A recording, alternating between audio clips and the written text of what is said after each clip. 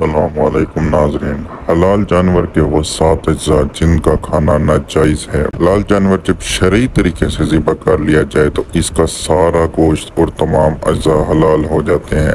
البتہ حلال جانور کے 7 اجزاء ایسے ہیں کہ ان کو کھانا جائز نہیں ہے، جن میں سب سے پہلے بہنے والا خون۔ اس سے مراد وہ خون ہے جو ذبح کے وقت جسم سے بہتا ہے، جس کو انگریزی میں فلوئنگ بلڈ کہتے ہیں۔ دوسرے نمبر پہ نر جانور کی پیشاب گاہ، جس کو انگریزی میں پینس کہتے ہیں۔ تیسرے نمبر پہ نر جانور کے کپورے، جس کو انگریزی میں ٹیسٹیکلز کہتے ہیں۔ یاد رہے آج کل بہت سے لوگ کپورے کھانے کو جائز سمجھتے ہیں، واضح رہے کہ یہ غلطی ہے، کیونکہ کپورے کھانا ناجائز اور گناہ ہے۔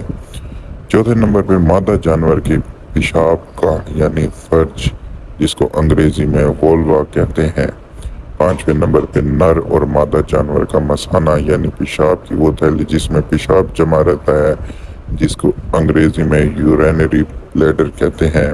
چھٹے نمبر پہ غدود جسم کے مختلف حصوں میں پائی جانے والی ایک گلٹی کو کہتے ہیں، جس کو انگریزی میں گلینڈز کہتے ہیں۔ یہ در حقیقت گوشت کی سخت گرہ ہوتی ہے، جو کہ بیماری کی وجہ سے کھال اور نرم گوشت کے درمیان ابھر آتی ہے۔ گویا کہ یہ ہر جانور میں نہیں ہوتی، بلکہ جس کو وہ بیماری لاحق ہوتی ہے صرف اسی جانور میں ہوتی ہے۔ ساتویں نمبر پہ ہے پیتا جگر کے نیچے ایک چھوٹی سی تھیلی جس میں پھر جمع ہوتا رہتا ہے، جس کو انگریزی زبان میں گال بلیڈر اور پشتو میں تریخے کہتے ہیں۔ ان کا بھی کھانا جو ہے ناجائز ہے، حرام ہے۔